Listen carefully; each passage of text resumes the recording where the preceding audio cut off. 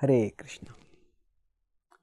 Atheism claims to reject God, but it just replaces God.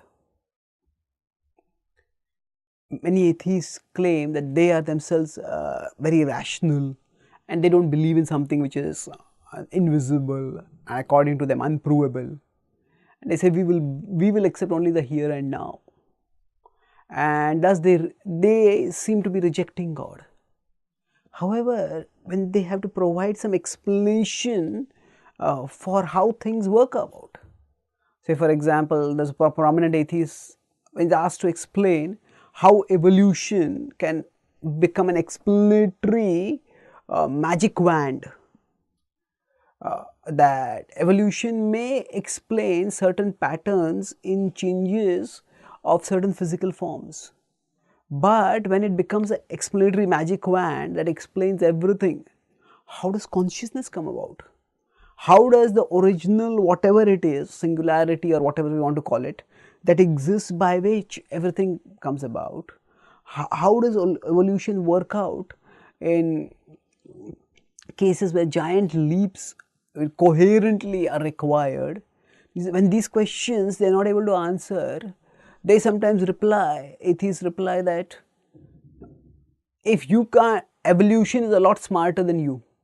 If you can't explain, if you can't understand how evolution works, that's not evolution's problem, that is your problem. Now, what is this kind of argument doing?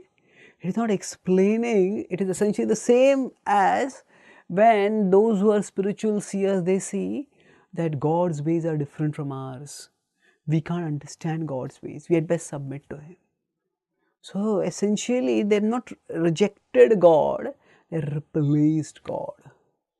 So, the human heart needs some kind of explanation for the way things are in the world around us.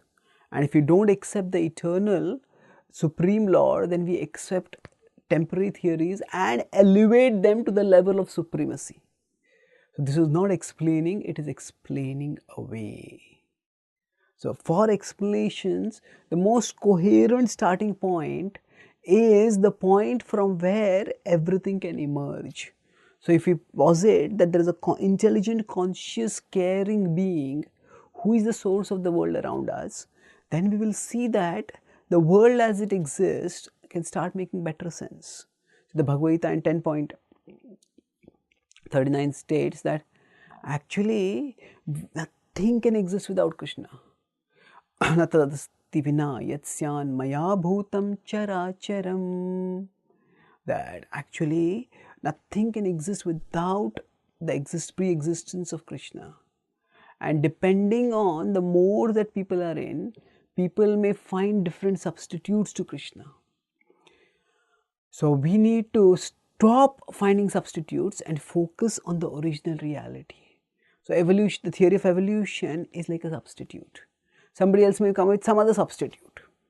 But the point is that none of these can explain. And when we just recognize that God cannot be rejected, He is simply replaced by something which is given the power of God by the proponents of that something, then we can become convinced to not start worshipping something like this, but to focus on supreme reality who has been revealed through wisdom texts like the Bhagavad Gita and who has been worshipped and served and loved by millions upon millions throughout history.